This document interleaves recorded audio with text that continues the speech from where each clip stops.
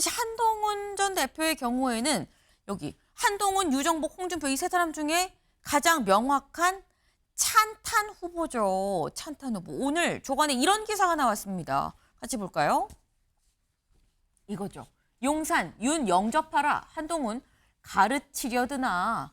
9월 만찬 때도 사실 다퉜었다라는 얘기가 나옵니다. 9월 만찬 기억하시나요? 그때 이 윤석열 당시 대통령과 이 한동훈 이 당시 대표가 같이 전체 한 20여 명 막 굉장히 많은 사람들이 만나서 뭐 삼겹살, 화합의 의미 삼겹살을 먹었어요라고 했는데 근데 당시 나온 얘기가 아니 얘기하라고 당대표한테 마이크도 안 넘겨주고 너무한 거 아닙니까? 이런 얘기가 나왔을 때가 바로 이때 9월 만찬 때였다라는 거죠. 근데 사실 이런 얘기가 있었다라는 거예요. 여길 좀 보겠습니다.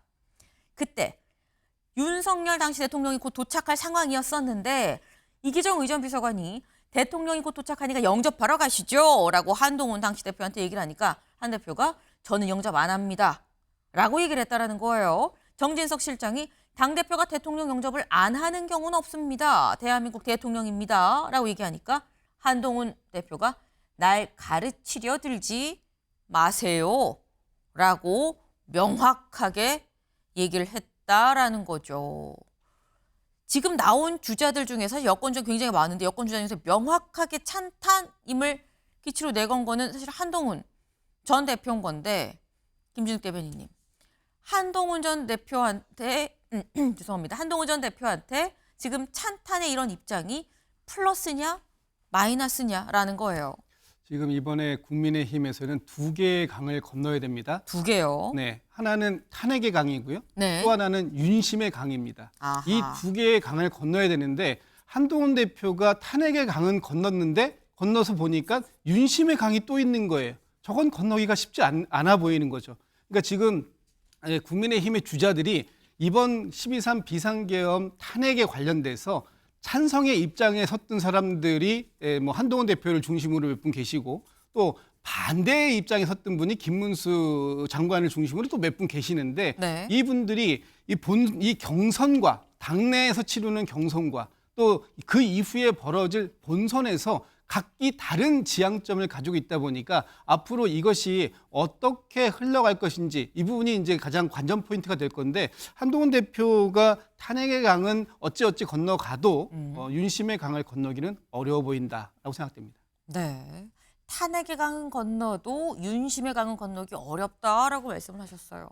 지금 여권의 주자가 굉장히 많죠. 지금 뭐 제가 홍 시장도 얘기를 하긴 했습니다만 근데 홍 시장 말고 아니 오 시장도 있는데라고 얘기가 나올 수 있어요. 왜 같은 시장인데 이창근 의원님. 오세훈 시장도 이번 주에 출마 선언을 할 거다라는 얘기가 나오더라고요. 맞습니까? 그렇습니다. 오세훈 서울시장은 사실 지난 탄핵 네. 현재 선거를 앞두고 안전관리 그리고 주말 사이에서도 집회가 계속 이어졌습니다. 네. 그래서 안전관리에 중점을 뒀고요.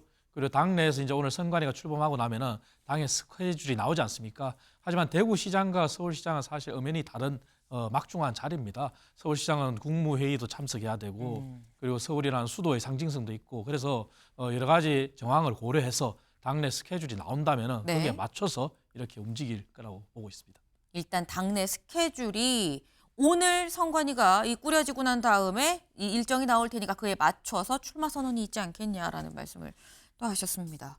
지금 이 국민의힘은 약간 춘추전국 시대다라는 얘기가 지금 나오고 있죠. 경선룰이 어떻게 짜이고 맞춰서 어떻게 후보들이 출사표를 던질지도 좀 관전 포인트가 아닌가라는 생각을 해봅니다. 다음으로 넘어가 볼까요?